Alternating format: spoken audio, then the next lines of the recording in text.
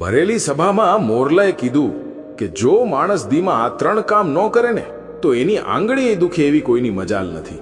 જોજો મિત્રો, એક મોર અને ઢેલ વચ્ચે કેવી મીઠી વાતો થાય છે. જંગલમાં વડલાના હેઠે એક મોરલો અને ઢેલ રહેતા હતા. એક દી ઢેલે પૂછ્યું કે ઓજી સાંભળો છો, મને એવી કંઈક વાતો કયો કે જેથી માણસ ક્યાંય છેતરાય નહીં, એની પડતી ન આવે ને એના પરિવાર માથે કોઈ દી આફત ન આવે. ત્યારે મોરલો ઢેલને એક વાર્તા સંભળાવે છે ને કહે છે કે જો માણસને છેતરાવું ન હોય ને મુસીબતમાંથી બચવું હોય તો દીમાં 3 કામ ન કરવા જોઈએ. એ 3 કામ ક્યાં છે એ હું તને આ વાર્તાથી સમજાવું. જોજે હો ગઢવી. ત્યારે મોરલો વાર્તા માંડે છે. આપણે ઘણીવાર પિક્ચરોમાં અને વાર્તામાં જોઈએ છીએ કે બહારલા દુશ્મનોએ હુમલો કર્યો ને રાજા હારી ગયો, પણ હકીકતમાં સામ્રાજ્ય બહારલા હુમલાથી નહીં પણ ભીતરના ઉદય જેવા લોકોથી પતી જાય છે. આજ આપણે રતનપુરીના મહારાજ વિક્રમદેવની એવી વાર્તા કહીએ જે આપણને શીખવશે કે વિશ્વાસ અને અંધવિશ્વાસ વચ્ચેની પાતળી લીટી જ આપણું નસીબ નક્કી કરે છે. તો હાલો શરૂ કરીએ આજની આ જ્ઞાનની વાતો. વાત બહુ જૂની છે. ભારતની ધરતી માથે રતનપુરી નામનું એક બહુ રઢિયાળું ને સુખી રાજ્ય હતું. એ જમાનામાં લોકો એને સોનાની ચકલી કહેતા. શું કામ? કારણ કે ત્યાંની ભૂમિકા ફળદ્રુપ હતી, ત્યાંના ખેડૂતો મહેનતુ હતા ને ત્યાંનો રાજા વિક્રમદેવ એવો માણસ હતો જે પોતાની રૈયતને પોતાના સંતાન ગણતો. જો કોઈના ઘેર દીકરીના લગ્ન હોય તો રાજા પોતે હાજર રહીને કન્યાદાન કરતો. જો ક્યાંય દુકાળ પડે તો રાજા પોતાના અનાજના કોઠાર ને ખજાના ખુલ્લા મેલી દેતો. એના રાજ્યની મોટી ખૂબી શાંતિ હતી. પણ કહેવાય છે ને કે જ્યાં અજવાળું વધુ હોય ત્યાં પડછાયો એટલો જ ઘાટો હોય. મહારાજની આ જ ભલાઈ, દયાળુ સ્વભાવ ને હદબારનો વિશ્વાસ કરવાની આદત ધીરે ધીરે એના વિનાશનું કારણ બનવા માંડી. કહેવાય છે કે જેમ બગલો શિકાર કરવા સાવ છાનોમાનો ઊભો રહે, એમ ચપલુસિયા લોકો લાગ જોઈને મીઠી વાતોના મોહરા પહેરીને ફરતા હોય છે. મહારાજ વિક્રમદેવનું વ્યક્તિત્વ સાવ ભોળો હતું. એ બધાને પોતાના જેવા જ ગણતા. એમની એક મોટી નબળાઈ હતી, એ ગમે એના મોઢાને સાચું માની લેતા. એમને એમ થતું કે જો કોઈ હાથ જોડીને વાત કરતું હોય તો એનું હૈયું પણ કોમળ જ હશે. પણ એક વાત યાદ રાખજો, આચાર્ય ચાણક્યએ કીધું છે કે સાવ સીધો ને સરળ માણસ આ દુનિયામાં એવા જ હોય છે જેવા સીધા ઊભેલા ઝાડ. જંગલમાં સૌથી પહેલા સીધા ઝાડ જ કપાય છે, કારણ કે એને કાપવા હેલા હોય છે. મહારાજ વિક્રમદેવ આરે પણ આવું જ થયું. એમની આ ભલાઈને ભૂળી દયા કરવાની આદત એમના માટે મોટું જોખમ બનવાની હતી. મહારાજ વિક્રમદેવ એમ માનતા કે જેવો હું છું એવા જ બધા છે. જો એ કોઈનું ખરાબ નહોતા કરતા તો એમને એમ થતું કે કોઈ એમનું પણ ખરાબ નહીં કરે. એ પોતાના દરબારીઓ ને મંત્રીઓ માથે આંખ મીચીને ભરોસો કરતા. એમના દરબારમાં એક ભોજરાજ નામનો મંત્રી હતો. આ માણસ ઉપરથી એવો દેખાતો જાણે દૂધે ધોયેલો હોય ને હંમેશા નીચું જોઈને વાત કરતો. રાજાની હરેક નાની મોટી વાતમાં માથું ધૂણાવતો ને રાજાને એવો અહેસાસ કરાવતો કે મહારાજ તમે તો સાક્ષાત ભગવાનના અવતાર છો. મહારાજને એમ થતું કે આ મંત્રી જેવો અમારો બીજો કોઈ હિતેચ્છુ નથી. એ પોતાના એ મંત્રી વગર પાણીએ નહોતા પીતા. પણ યાદ રાખજો, જે માણસ મોઢે મીઠી વાતો કરે ને, વાંસેથી ઘા કરે કે કાવતરા કરે, એનાથી છેટું રહેવું જોઈએ. એ એવા ઘડા જેવો હોય જેના મોઢે દૂધ લગાડેલું હોય પણ અંદર ઝેર ભરેલું હોય. રાજા વિક્રમદેવે ક્યારેય એ ન વિચાર્યું કે જેને એ પોતાનો પડછાયો સમજે છે એ અસલમાં પડછાયો નહીં પણ અંધારું છે. બીજી બાજુ હતા મહારાણી ચંદ્રપ્રભા, વિક્રમદેવના પત્ની. એ ખાલી રાણી જ નહોતા, એ બહુ દૂરદંશી ને સમજદાર બાઈ હતા. એમને રાજનીતિની ઊંડી સમજ હતી. એ વારે વારે મહારાજને કહેતા કે સ્વામી, રૈયતની સેવા કરવી એ તમારો ધર્મ છે, પણ રાજ્યનો હરેક ફેસલો લાગણીમાં તણાઈને લેવો ઠીક નથી. મંત્રી ભોજરાજની મીઠી વાતો પાછળ છુપાયેલો લોભ એમને સાફ દેખાતો. મહારાજ હસીને એમની વાત ટાળી દેતા. એ કહેતા કે રાણી, તમે તો બધા માથે શક કરો છો. અમારો ભોજરાજ તો મને ભાઈથી પણ વિશેષ માને છે. જો હું પોતાના માણસો માથે શક કરવા માંડું તો રાજા કહેવાવાને લાયક કઈ રીતે રહીશ? અહીંયા મહારાજ વિક્રમદેવ ભૂલી રહ્યા હતા કે એક રાજાએ પોતાની આંખ, કાન ને જાસૂસો હંમેશા ખુલ્લા રાખવા જોઈએ. જો રાજા આંધળો થઈને ભરોસો કરે તો એ રાજ્યનો નહીં પણ પોતાના વિનાશનો રસ્તો પોતે જ કંડારે છે. રાજાને એમ લાગ્યું કે એ ઉદારતા બતાવે છે, પણ હકીકતમાં એ પોતાની જવાબદારીમાંથી છટકતા હતા. એમણે દરબારમાં એવું વાતાવરણ બનાવી દીધું હતું જ્યાં ખાલી એમના વખાણા જ થતા. ચપલુસિયાઓને એમ થવા માંડ્યું કે મહારાજને ખાલી મીઠી વાતો જ ગમે છે. જ્યારે કોઈ દરબારમાં ખાલી વાહ વાહના પડઘા પડતા હોય ત્યારે ત્યાંનો રાજા સત્યથી ગાંવ છેટો વયો જાય છે. એને ખબર જ નથી પડતી કે બારે શું હાલે છે. મંત્રી ભોજરાજે ધીરે ધીરે રાજાના કાન ભંભેરવાના શરૂ કર્યા. એ રાજાને કહેતો કે મહારાજ, તમે એટલા મહાન છો કે તમારે આ નાના નાના હિસાબ કિતાબની ચિંતા કરવાની જરૂર નથી. તમે બસ રૈયતનું ભલું જુઓ. ખજાનાની જવાબદારી તમે મારા માથે મેલી દો. રાજાને એમ લાગ્યું કે મંત્રી કેટલું ભલું કામ કરે છે, પણ દોસ્ત, મનુસ્મૃતિનું એક કડવું સત્ય યાદ રાખજો. જે માણસ તમારી જવાબદારી પોતાના ખભા માથે લેવાનું નાટક કરે છે એ અસલમાં તમારી શક્તિ છીનવવાની કોશિશ કરે છે. રાજા વિક્રમદેવને આ વાત સમજાણી નહીં કે જ્યારે એમણે ખજાનાની જવાબદારી બીજાને સોંપી તો એમણે અસલમાં પોતાના રાજ્યની ચાવી બીજાના હાથમાં દઈ દીધી હતી. વિક્રમદેવનો દી કંઈક આવી રીતે જાતો. સવારે ઉઠીને રૈયતના દુઃખ સાંભળે, બપોરે મંદિરે જાય ને સાંજે મંત્રી ભોજરાજ હારે બેસીને રાજ્યની સુખાકારીની વાતો કરે. મંત્રી એને એવા કાગળિયા બતાવતો જે એણે પોતે પોતાની મરજીથી તૈયાર કર્યા હોય. રાજા વાંચ્યા વગર એમાં સહી કરી દેતા. એમને વિશ્વાસ હતો કે અમારો મંત્રી ખોટું ન જ કરે. ભોજરાજ મંત્રી આ ભોળપણનો ફાયદો ઉઠાવતો હતો. એ રાજ્યનું નાણું ધીરે ધીરે પોતાના ખાનગી ઠેકાણે મોકલતો હતો. રાજ્યના સૈનિકોને પગાર ઓછો મળવા માંડ્યો હતો. ખેડૂતો માથે કર વધારવામાં આવતો હતો, પણ રાજાને એની ગંધે નહોતી.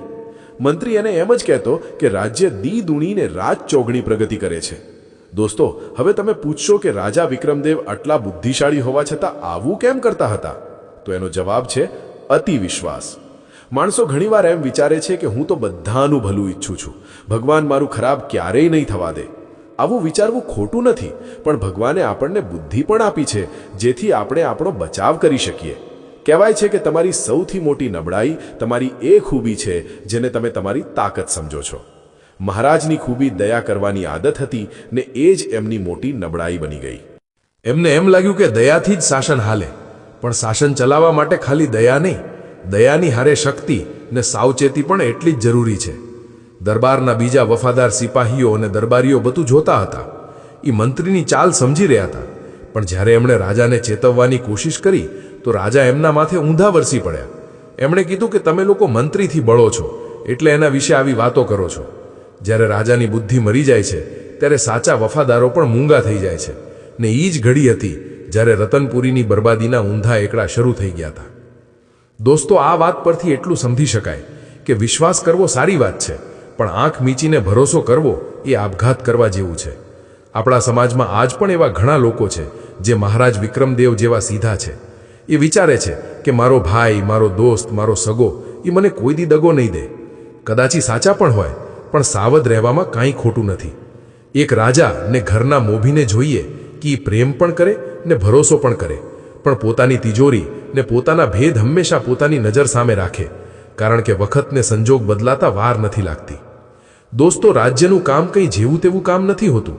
આખો દી રૈયતની ફરિયાદો સાંભળવી, ન્યાય કરવો, સીમાઓની રક્ષા જોવી, આ બધાયમાં મહારાજ વિક્રમદેવ શરીરે ને મનથી બહુ થાકી જતા. મંત્રી ભોજરાજ, જેને મહારાજ પોતાનો મોટો હિતેચ્છુ માનતા, એ બહુ પાક્કો હતો. એ રાજાની આંખો વાંચતા જાણતો હતો. એ જોતો કે આજ મહારાજ કેટલા થાકેલા છે, આજ એમની અવાજમાં કેટલી નિરાશા છે. એ જ પ્રમાણે એ કામ કરતો. એક દી જ્યારે રાજા દરબારમાંથી આવીને પોતાની સભામાં બેઠા ને ખુરશી માથે ધપ દઈને બેસી ગયા, ત્યારે એમના કપાળે પરસેવાના ટીપા હતા ને મોઢા માથે ચિંતાની લકીરો હતી. મંત્રીએ લાગ જોઈ લીધો. એણે બહુ મીઠા સાદે મધ જેવી ભાષામાં કીધું કે મહારાજ, તમારી આ હાલત જોઈને મારું કાળજું ચીરાઈ જાય છે. તમે દી રાત રૈયતના સુખ માટે બળો છો, પણ શું તમને નથી લાગતું કે તમે તમારા શરીર હારે અન્યાય કરો છો? જો તમને કંઈ થઈ ગયું તો આ રાજ્યનું શું થશે? રાજાએ થાકેલી આંખે જોયું ને કીધું કે મંત્રી, આ રાજ્ય મારો પરિવાર છે, હું કેમ આરામ કરું? ત્યારે મંત્રીએ જવાબ દીધો કે મહારાજ, આરામ કરવો એ તમારો હક છે. જુઓ, હું તમારો સેવક છું, હું દી રાત તમારી સેવામાં હાજર છું. તમે આ બધી રાજકાજની ચિંતા ને ખાસ કરીને આ ખજાનાનો ભારેખમ બોજ મારા ખભા માથે મેલી દો. તમે બસ રાજસુખ ભોગવો ને તબિયત સાચો, હું પાઈનો હિસાબ રાખીશ. તમે બસ નિરાંતે રૈયત વિશે વિચારો. અહીંયા રાજાએ એક બહુ મોટી ભૂલ કરી નાખી. કહેવાય છે કે રાજા ક્યારેય પોતાના ખજાનાની ને પોતાની સેનાનો હક બીજાને સોંપી શકે નહીં, કારણ કે જ્યાં ધન છે ત્યાં જ મન છે. જ્યારે તમે કોઈને તમારી તિજોરીની ચાવી આપો છો ત્યારે તમે એને એવી શક્તિ આપો છો જેનાથી એ કાલે તમને જ ગાદી પરથી ઉતારી શકે. મહારાજ વિક્રમદેવે વિચાર્યું કે મંત્રી તો પોતાનો જ માણસ છે. એમણે વિચાર્યું કે જો એ કામ વહેંચી દેશે તો રાજ્ય વધુ સારું ચાલશે.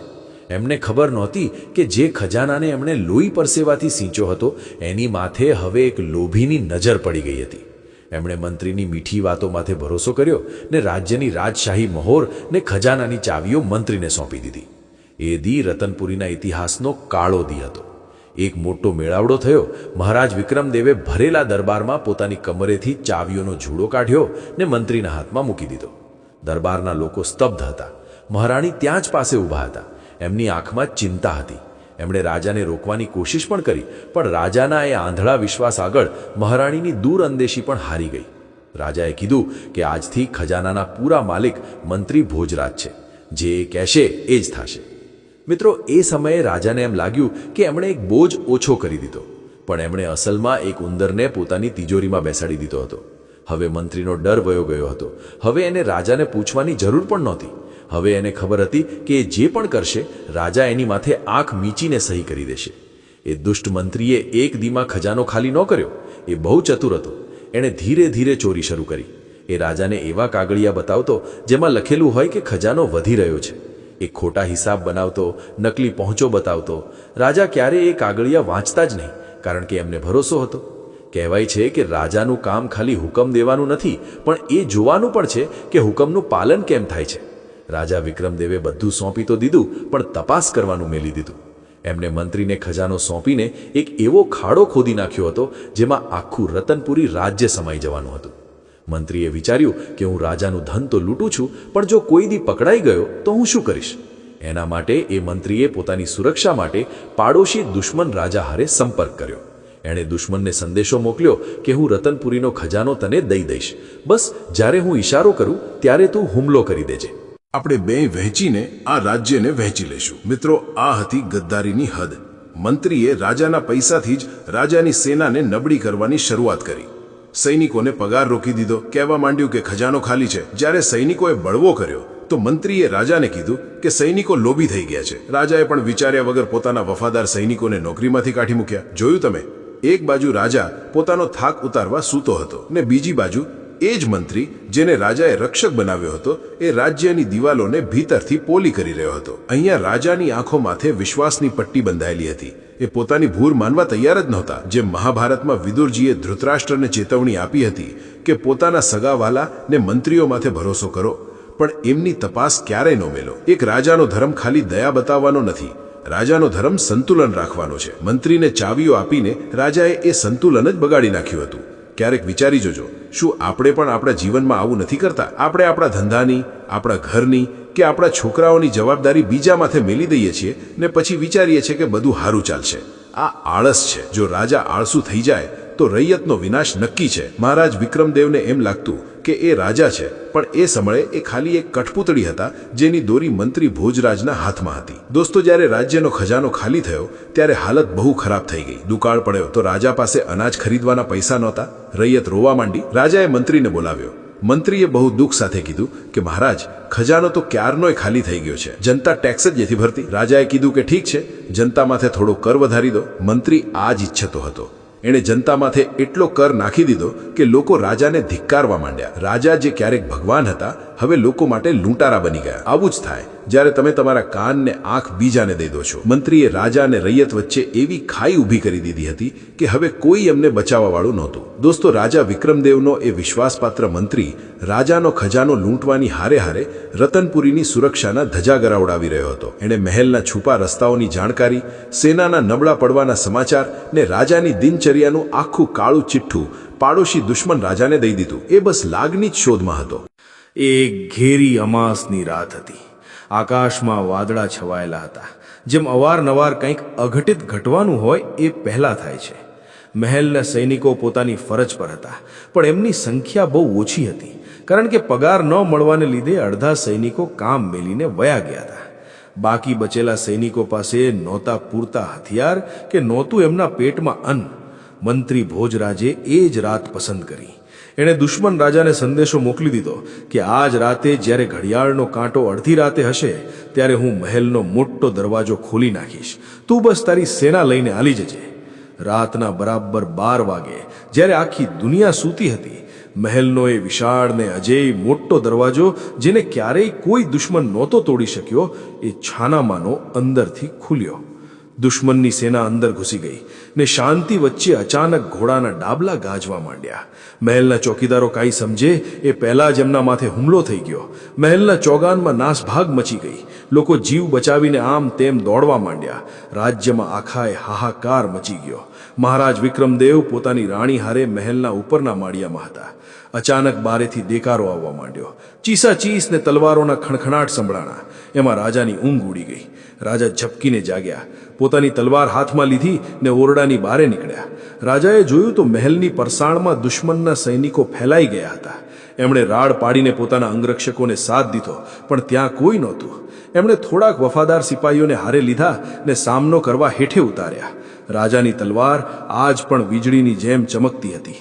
એમણે એક પછી એક કેટલાય દુશ્મનોને ધૂળ ચટાડી દીધી. એ આગળ વધ્યા. આશામાં હતા કે પોતાની સેનાને ભેગી કરશે, પણ એમણે જે જોયું એ જોઈને એમના પગ તળેથી જમીન સરકી ગઈ. મહેલના ચોગાનમાં મંત્રી ભોજરાજ ઊભો હતો ને એ દુશ્મનોનું સામૈયું કરતો હતો. રાજા વિક્રમદેવની આંખમાં ગુસ્સો અને વેદનાનું પૂર ઉમટ્યું. એ તાડુક્યા કે મંત્રી, આ તું શું કરે છે? તે તારા જ રાજા હારે આવી ગદ્દારી કેમ કરી? મંત્રીએ અટ્ટહાસ્ય કર્યું. એણે હાથ ઊંચો કરીને કીધું કે મહારાજ, તમે તો બસ તમારી દયામાં ખોવાયેલા હતા. તમે મને ચાવીઓ આપી ને મેં એ ચાવીઓથી તમારું નસીબ બદલી નાખ્યું. રાજાએ લડવું હતું, પણ એ ચારે બાજુથી ઘેરાઈ ગયા હતા. એમની પોતાની સેના, જેને એ પોતાનો પરિવાર સમજતા હતા, એ આજ કાં તો જીવ બચાવીને ભાગતી હતી, કાં તો મંત્રીના ડરથી હથિયાર મેલી દીધા હતા. દુશ્મન રાજાએ તલવાર કાઢીને પડકાર્યો કે વિક્રમદેવ, હવે તારો વખત પૂરો થયો. તારો પોતાનો મંત્રી જ તારી વિરુદ્ધ છે. તું કોની હારે લડીશ? રાજાએ જોયું કે એમની પાસે લડવા માટે હવે કોઈ સૈનિક બચ્યો નથી. જો એ લડત તોય જીવ ખોવત, પણ રાણી ચંદ્રપ્રભાનું શું થાત? રાજાએ છેલ્લી વાર પોતાના વહાલા રાજ્ય સામે જોયું. મહેલની દિવાલો માથે મશાલો સળગતી હતી, જેનાથી આગને ધુમાડા વચ્ચે મહેલ એક સળગતા પાંજરા જેવો લાગતો હતો. દુશ્મનની સેનાએ આખા મહેલને ઘેરી લીધો હતો. મહારાજ વિક્રમદેવ સમજી ગયા કે હવે બધું પૂરું થઈ ગયું છે. એ પાછા ઉપરની બાજુ ભાગ્યા જ્યાં રાણી હતા. એમણે રાણીનો હાથ પકડ્યો ને મહેલના પાછલા દરવાજા તરફ દોડ્યા, જે સીધો જંગલ બાજુ ખુલતો હતો. એ પાછું વળીને જોતા નહોતા, પણ એમને સંભળાતું હતું કે કેમ દુશ્મનના સૈનિકો એમના સિંહાસન માથે કબજો કરતા હતા, કેમ એમની રૈયતને હેરાન કરવામાં આવતી હતી. જે રાજ્યને એમણે લોહી પરસેવાથી સિંચ્યું હતું, જે રૈયતને એમણે પોતાના સંતાન માન્યા હતા, એ રાજ્ય આજ એમની જ આંખ સામે ઉજ્જળ થઈ રહ્યું હતું. એ જંગલ બાજુ ભાગતા હતા ને પાછળ એમના મહેલમાંથી ઉઠતી આગની જ્વાળાઓ આકાશને લાલ કરી રહી હતી.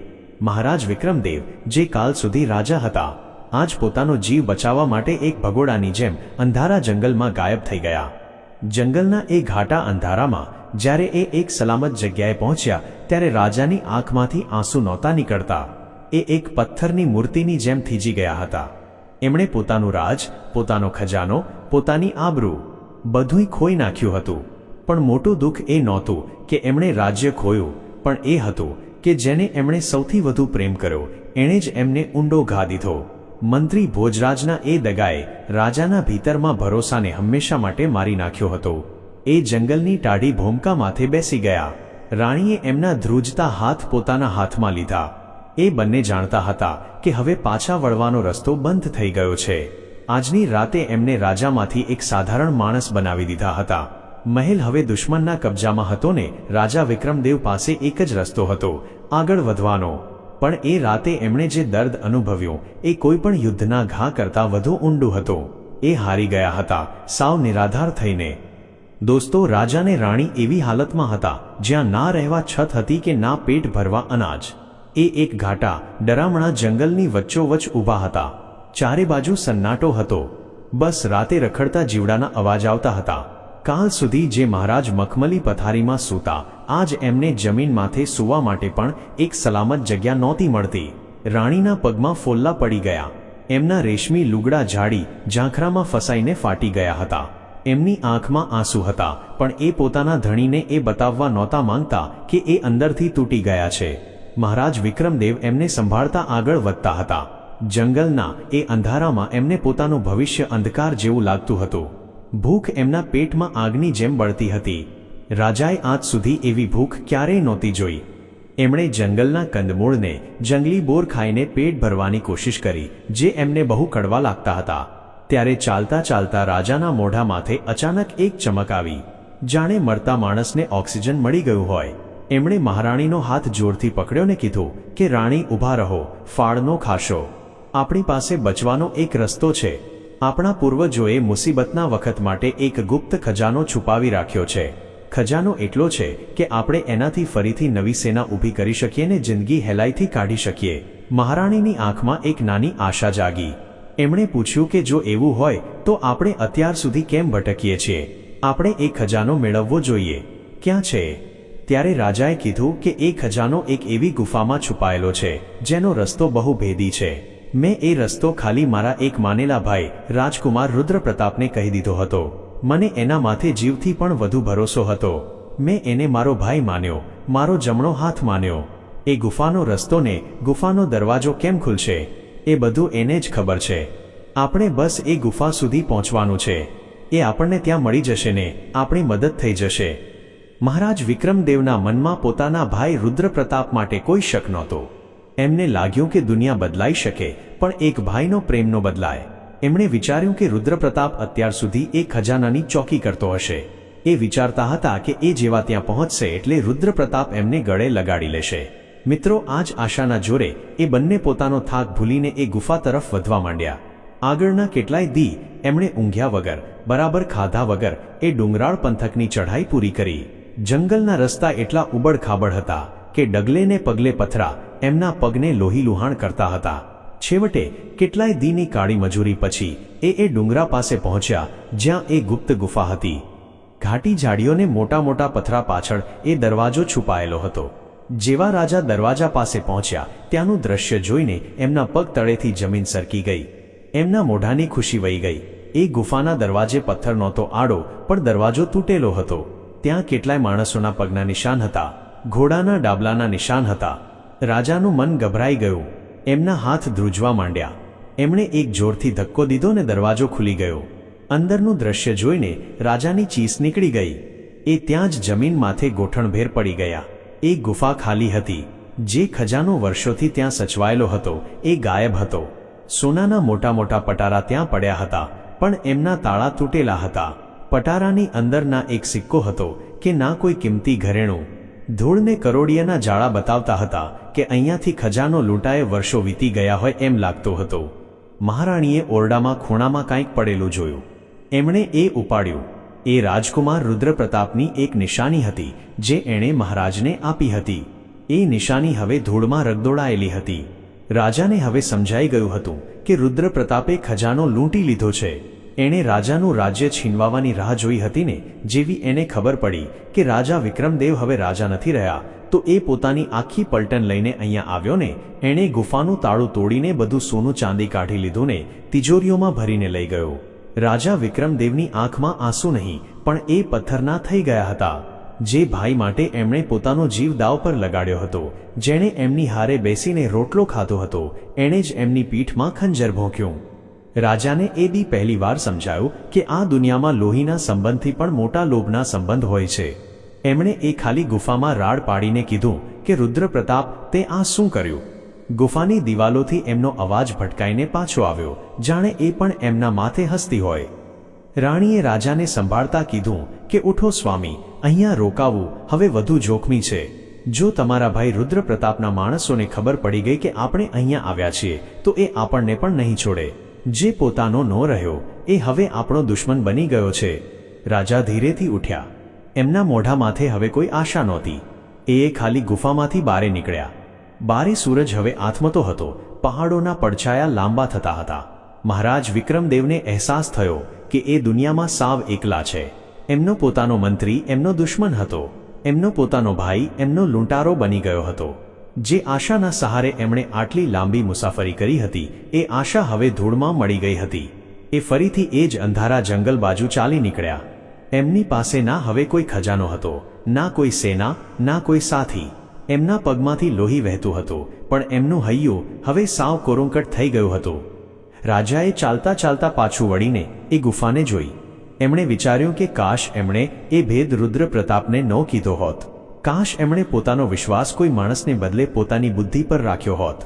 જંગલના રસ્તા વધુ ડરામણા લાગતા હતા. ક્યાંક દૂર શિયાળના રડવાના અવાજ આવતા હતા. મહારાણીએ ધીરેથી રાજાનો હાથ પકડ્યો ને કીધું કે સ્વામી, ખજાનો વયો ગયો તો શું થયું? ઓછામાં ઓછું આપણે હારે તો છીએ. આપણે ફરીથી શરૂઆત કરશું. પણ મહારાજના મગજમાં રુદ્ર પ્રતાપની એ ગદ્દારી વારે વારે ઘૂમતી હતી. એમણે આખી જિંદગી એ માણસ પર દાવ પર લગાડી દીધી હતી.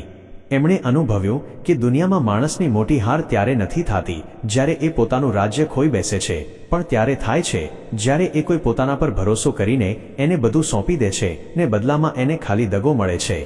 હવે એમની પાસે આગળ વધવા સિવાય બીજો કોઈ ચારો નહોતો. એ રાતે એક મોટા ઝાડ નીચે ભીસાઈને બેસી ગયા. એમણે એ રાતે જમ્યું નહીં. એમણે બસ આકાશ સામે જોયું ને વિચાર્યું કે કાલનો સૂરજ એમના માટે શું લઈને આવશે. એમણે પોતાનું આખું રાજ, પોતાની બધી નબળાઈને, પોતાનો પૂરો ભરોસો એક એવા માણસને આપ્યો હતો જેની દાનત વખતની હારે બદલાઈ ગઈ. એ ખાલી ગુફાએ રાજાને એક એવો પાઠ ભણાવ્યો જે એ મરતા દમ સુધી નહોતા ભૂલી શકવાના, કે આ દુનિયામાં જે તમારા સૌથી નજીક છે એ જ મોટું જોખમ હોઈ શકે છે. મિત્રો, શૂરસેન મહારાજના પિતાનો એક પિતરાઈ ભાઈ હતો. મહારાજે વિચાર્યું, ભલે દુનિયા બદલાઈ ગઈ હોય પણ લોહીનો સંબંધ તો એ જ રહે છે. શૂરસેન મારી મદદ જરૂર કરશે. મારે ને રાણીએ એની પાસે જ જવું જોઈએ. મહારાજને મહારાણી જ્યારે શૂરસેનના મહેલમાં પહોંચ્યા તો એમની હાલત બહુ ખરાબ હતી. એમના લુગડા ફાટેલા હતા. મોઢા માથે થાક ને ભૂખ સાફ દેખાતી હતી. શૂરસેને એમને જોયા તો બહુ હેતથી ગળે લગાડ્યા. એણે કીધું કે મહારાજ, તમે આ શું હાલત બનાવીને ફરો છો? તમે ચિંતા ન કરો. તમે મારા ઘરમાં સુરક્ષિત છો.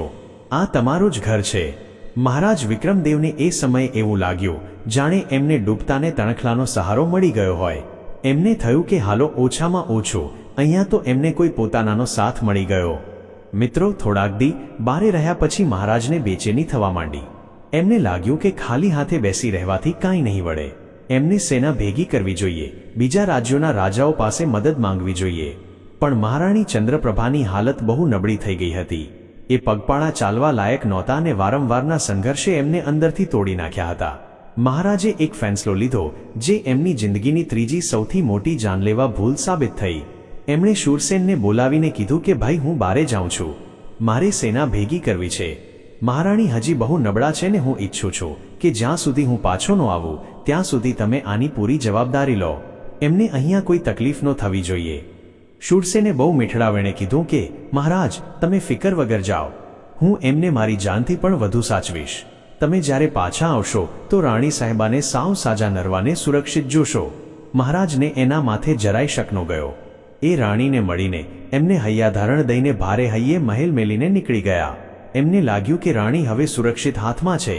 પણ એ નહોતા જાણતા કે એમણે ઘેટાને વરુના ભરોસે મેલ્યું છે. મહારાજના જાતા જ શૂરસેનનું વર્તન ધીરે ધીરે બદલાવા માંડ્યું. પહેલાં તો એ રાણી માટે હારું ભોજન મોકલતો હતો, પણ ધીરે ધીરે એણે રાણીને મળવાનું ઓછું કરી દીધું. મહારાણી ચંદ્રપ્રભા, જે પોતે બહુ સમજદાર હતા, એમણે કળી લીધું કે મહેલમાં કાંઈક તો બદલાઈ ગયું છે. મહેલના નોકરોની નજર બદલાઈ ગઈ હતી. જ્યારે એ બારે નીકળવા માંગતા તો એમને રોકી દેવામાં આવતા. મિત્રો, એક દી શૂરસેન પોતાના ઓરડામાં બેઠો હતો. એની સામે એ નવા રાજાનો દૂત ઊભો હતો જેણે મહારાજ વિક્રમદેવને હરાવીને એમનું રાજ્ય છીનવ્યું હતું. શૂરસેને એ દૂતને કીધું કે મહારાજ વિક્રમદેવની વહુ હજી મારા મહેલમાં છે. જો હું એમને તને સોંપી દઉં તો તું મને શું આપીશ? આ સાંભળીને રાણીના પગ તળેથી જમીન સરકી ગઈ. એ છાનામાના દરવાજા પાછળથી આ વાતો સાંભળતા હતા. શૂરસેન, જેને રાજાએ પોતાનો ભાઈ માન્યો હતો, એ રાણીને એક સોદાની વસ્તુ સમજીને દુશ્મનને વેચવાની તૈયારી કરતો હતો. એ પળે રાણીને સમજાયું કે મહારાજ વિક્રમદેવે કેટલી મોટી ભૂલ કરી છે. રાણી એ રાતે ઊંઘી ન શક્યા. મહેલના ઓરડાની બારીએથી બારે જોતા રહ્યા. એમને યાદ આવ્યું કે કેમ મહારાજે જાતી વખતે કીધું હતું કે આ આપણા પોતાના છે. રાણીની આંખમાંથી આંસુ પડતા હતા. એ વિચારતા હતા કે રાજા તો બારે સેના જોડવા ગયા છે. એમને શું ખબર હતી કે જે જગ્યાએ એ રાણીને મેલીને ગયા હતા ત્યાં રાણી હારે શું થવાનું હતું. રાણીએ ભાગવાની કોશિશ કરી, પણ મહેલની ચારે બાજુ શૂરસેનના હથિયારધારી પહેરેદારો ઊભા હતા. રાણી હવે એક કેદી બની ગયા હતા. એમને જમવામાં બહુ સાધારણ ખાવાનું મળતું હતું.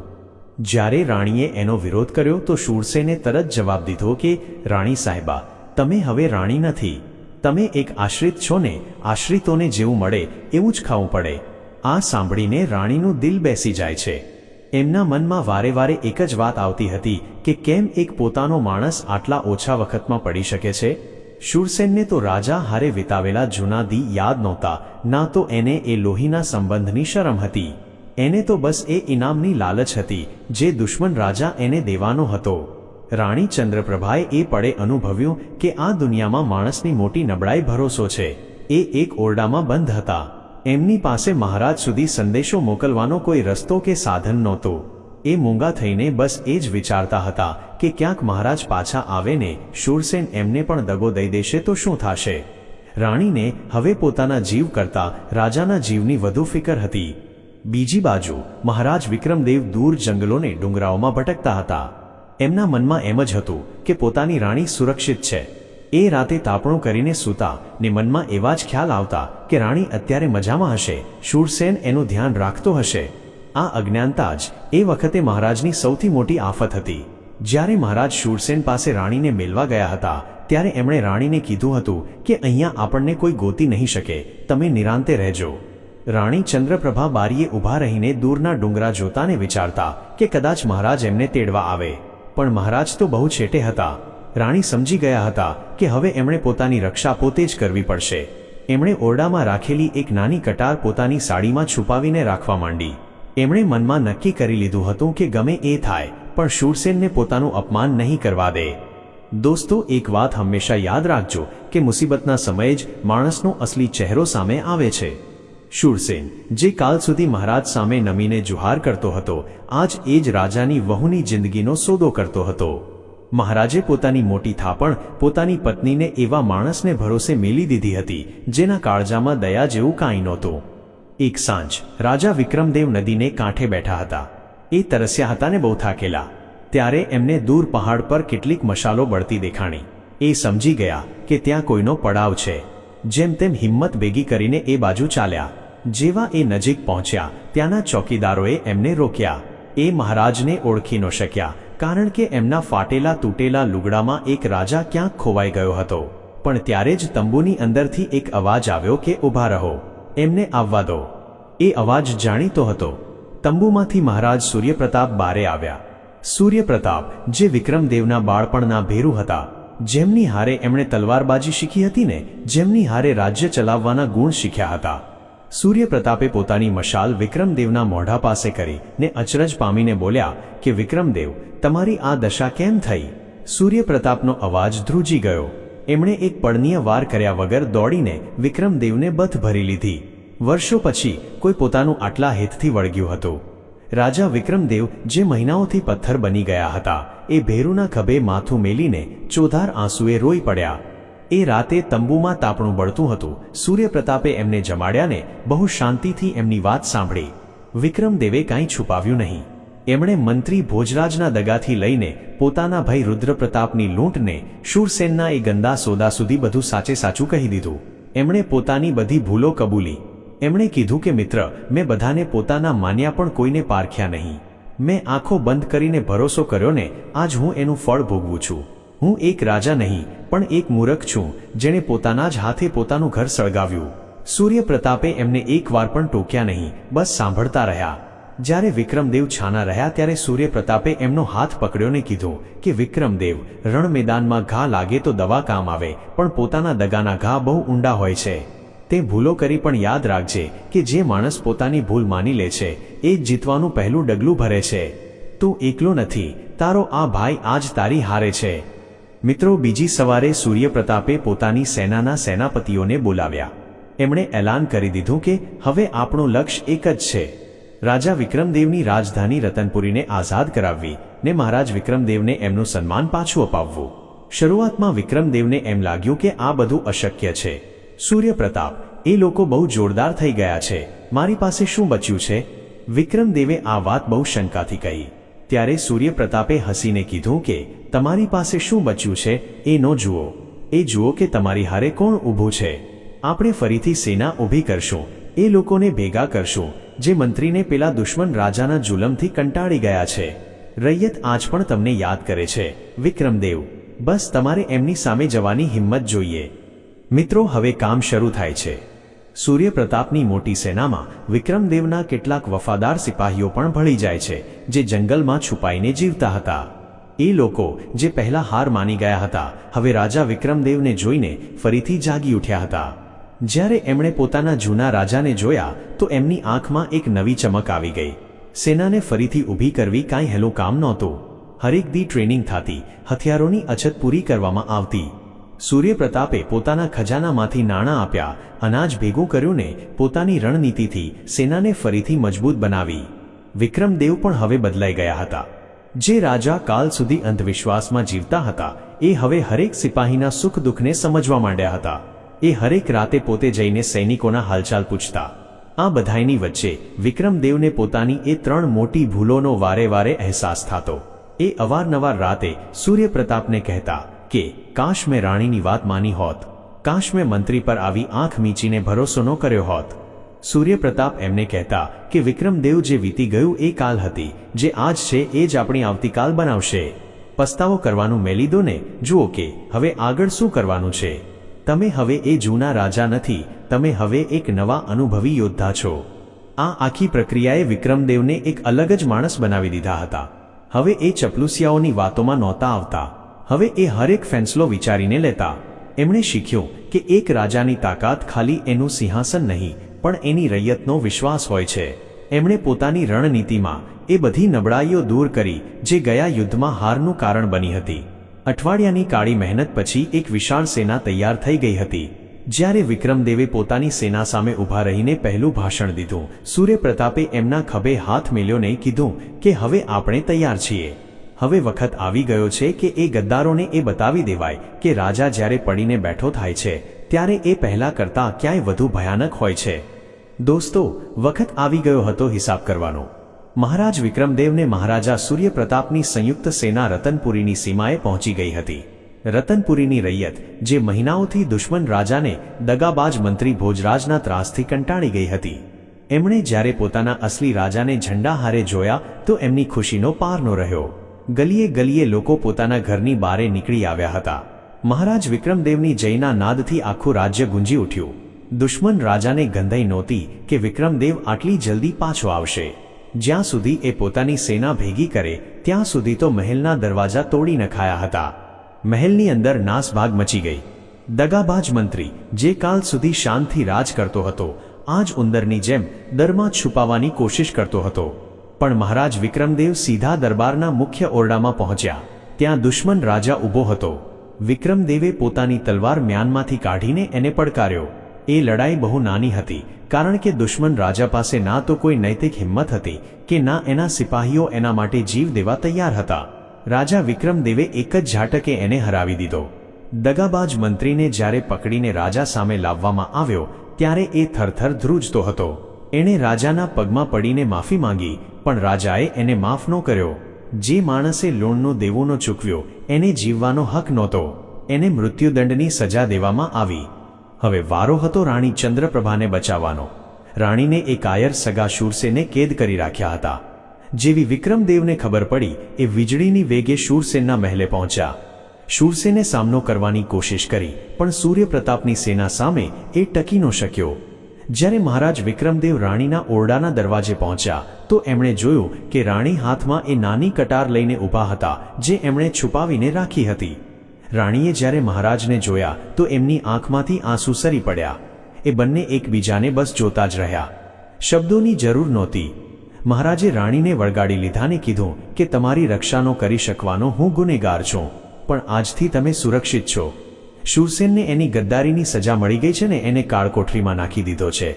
રાજ્ય પાછું મળી ગયું. રૈયતે દિવાળીની જેમ ખુશીઓ મનાવી. મહારાજ વિક્રમદેવ ફરીથી સિંહાસન પર બેઠા, પણ આ વખતનો રાજા એ જૂનો વિક્રમદેવ નહોતો. પોતાના રાજ્યાભિષેકના દી એ એમણે દરબારમાં એ 3 મોટી ભૂલોનો ઉલ્લેખ કર્યો જેણે એમના રાજ્યને બરબાદ કરી દીધું હતું. એમણે આખી રૈયતને પોતાના અનુભવથી આ 3 શિખામણો આપી જે આજ પણ હરેક માણસના કામ આવી શકે છે.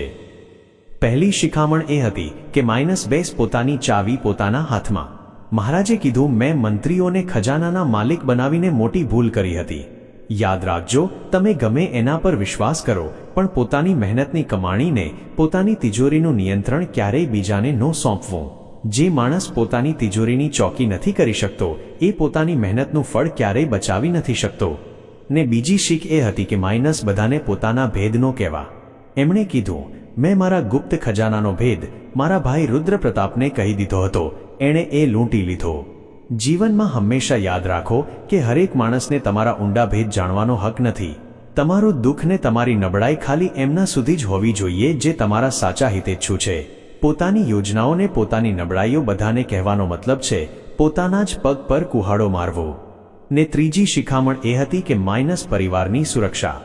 સૌથી મહત્વની શીખ આપતા રાજા બોલ્યા કે મેં રાણી ચંદ્રપ્રભાની સુરક્ષા શૂરસેન જેવા કાયર પર છોડી હતી. આજ હું તમને કહું છું, પોતાના પરિવારની સુરક્ષા ને પોતાના સ્વજનોની જવાબદારી ક્યારેય બીજાના ભરોસે ન મેળવી. જે પોતાનું લોહી છે એને તમારે પોતે જ બચાવવું પડશે.